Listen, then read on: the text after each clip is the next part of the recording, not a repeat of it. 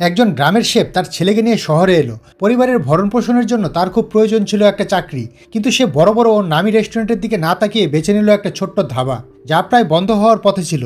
ধাবার মালিক তার চেহারা দেখে তাকে তুচ্ছ মনে করলো। ঠিক তখন পাশেই দাঁড়ানো এক শেফ মজা করে জিজ্ঞেস করলো, তুমি কি কি রান্না করতে পারো? লোকটি শান্তভাবে বলল, আমি সব কিছু রান্না করতে পারি।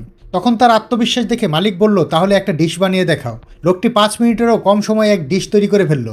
ডিশটি যখন বসের সামনে পরিবেশন করা হলো, তখন এত সহজ সরল ডিশ দেখে অন্য শেফরা সন্দেহে পড়ে গেল। কিন্তু বসের প্রথমে কামড় দিতেই চোখে জল এসে গেল। সবাই ভাবলো হয়তো খাবার খারাপ হয়েছে, তাই এখন ঝাড়ি খেতে হবে। কিন্তু বস বলল, এই খাবারটা অসাধারণ। তখন লোকটি শান্তভাবে বলল, এটা আমাদের গ্রামের সবচেয়ে বিশেষ পদ। এরপর বস তাকে সঙ্গে সঙ্গে কাজ দিয়ে দিল। পরের দিন রেস্টুরেন্টে এক নতুন প্রমোশন শুরু হলো। 3 দিন পর্যন্ত গ্রাহকেরা বিনামূল্যে খাবার খেতে পারবে। কিন্তু যতই প্রচার করা হোক, কেউ ভেতরে এলো না। পাশের রেস্টুরেন্ট তখনও ভরপুর কাস্টমারে।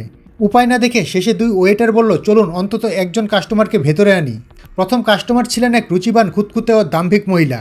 যদি খাবার ভালো না লাগে, সে রেস্টুরেন্টে সুনামও নষ্ট করতে পারত। কিন্তু শেফের মনে কোনো ভয় ছিল না। সে জানতো তার রান্না মন জয় করবেই। কিছুক্ষণ পর তার সামনে পরিবেশন করা হলো একাধিক মুখরোচক পদ। মহিলা চপস্টিক দিয়ে এক টুকরো মাংস তুলে মুখে দিলেন। সবাই সেই দিকে তাকিয়ে রইল। হঠাৎ সে টেবিলে জোরে হাত মারল। সবাই ভয় পেয়ে গেল, কিন্তু মহিলা বললেন, খাবারটা তো খুবই অসাধারণ।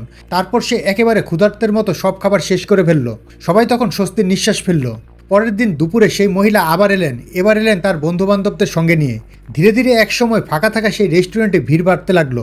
খুব অল্প দিনের মধ্যেই সেটি এক জনপ্রিয় স্পেশালিটি রেস্টুরেন্টে পরিণত হলো। এখন সেই জায়গা সর্বদা কাস্টমারে পরিপূর্ণ থাকে।